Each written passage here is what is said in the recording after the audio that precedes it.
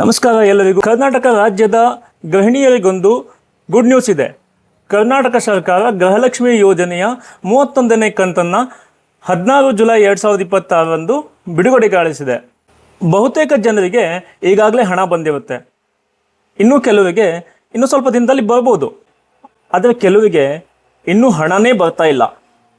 ಕೆಲವರಿಗೆ ತುಂಬ ಕಂತುಗಳು ಬಂದಿಲ್ಲ. ಯಾಕೆ ಅಂತ ಕಾರಣಗಳನ್ನು ನೋಡೋಣ. ಗೃಹಿಣಿಯರೇ, ನಿಮಗೆ ಈ ಕಾರಣಗಳಿಂದ ಗೃಹಲಕ್ಷ್ಮಿ ಹಣ ಇನ್ನೂ ಬರದೇ ಇರಬಹುದು. 1. ಪಡಿತರ ಚೀಟಿಯ ಮುಖ್ಯಸ್ಥರು ಮಹಿಳೆ ಆಗಿಲ್ಲದಿರುವುದು. ಅಂದರೆ ನಿಮ್ಮ ಪಡಿತರ ಚೀಟಿಯ ಮುಖ್ಯಸ್ಥರು ಮಹಿಳಾ ಸದಸ್ಯರಲ್ಲದೇ ಇದ್ದರೆ ನಿಮಗೆ ಗೃಹಲಕ್ಷ್ಮಿ ಹಣ ಬರೋದಿಲ್ಲ. 2.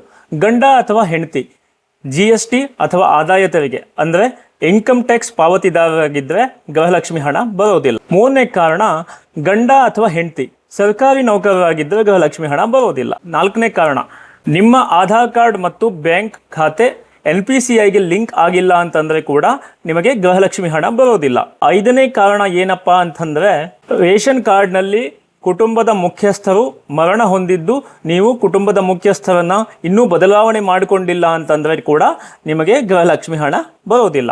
ನೋಡಿ, ನಿಮಗೆ ಯಾಕೆ ಗೃಹಲಕ್ಷ್ಮಿ ಹಣ ಬಂದಿರಲಿಕ್ಕಿಲ್ಲ ಅನ್ನುವಂತಹ ಸಾಧ್ಯತೆಗಳನ್ನು ನಾನು ಈಗ ವಿವರಿಸಿದ್ದೇನೆ. ಹಾಗಾದರೆ ಇವಕ್ಕೆಲ್ಲ ಪರಿಹಾರ ಏನು? ನೀವು ಅರ್ಹರಾಗಿದ್ದರೂ ಕೂಡ ನಿಮಗೆ ಗೃಹಲಕ್ಷ್ಮಿ ಹಣ ಬರ್ತಾ ಇಲ್ಲ ಅಂತಂದರೆ ಏನು ಮಾಡಬೇಕು? ಇವುಗಳಿಗೆಲ್ಲ ಉತ್ತರನ ಮುಂದಿನ ರೀಲ್ಸ್ನಲ್ಲಿ ಕೊಡ್ತೇನೆ. ಅದಕ್ಕೆ ನೀವು ಏನು ಮಾಡ್ಕೋಬೇಕು ಅಂತಂದರೆ, ನಮ್ಮ ಈ ಗ್ರಾಮ ಒನ್ ಕಡ್ಲೆ ಚಾನಲನ್ನು ಫಾಲೋ ಮಾಡ್ಕೋಬೇಕು. ಮುಂದಿನ ವಿಡಿಯೋದಲ್ಲಿ ಸಿಗೋಣ.